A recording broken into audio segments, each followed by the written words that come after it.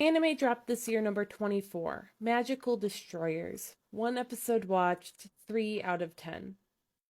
Oh, yeah, in the midst of there being real issues of discrimination and oppression in the world, we really needed a show about the oppression of the greatest minority nerds. Okay, it's not the fault of the show that there's real things going down in the world, but at the same time, the timing of a show like this isn't the best, is it? And that sucks, because I do love a good magical girl show.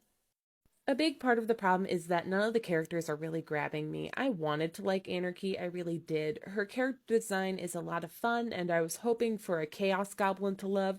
However, she ends up waffling back and forth between two modes over the episode that don't feel like they gel with each other. On one hand, foul mouthed and sharp girl who wants to get things done. On the other, crying, whining girl who needs the useless male lead so much and seems to do everything out of a love for him. That wouldn't be so bad if not for the fact that she is one of very few female characters that we see. The only other one in the first episode having her only established character trait at the end being the horny one. I'm sure they'll add more next episode, but I won't be around to see it, and the premise of little girl in gas mask isn't enough for me to stick around either. From what I can tell, this is a series that's coming a lot from just one guy, and that shows. It's a mismatch of things that I'm sure this guy finds cool, and thus they get put into the show. I can see why some would like that, but to me, it feels messy.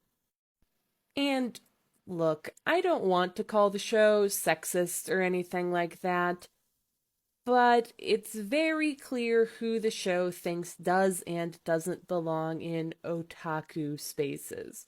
The show outright tells us that otaku of every stripe and genre were rounded up by the government.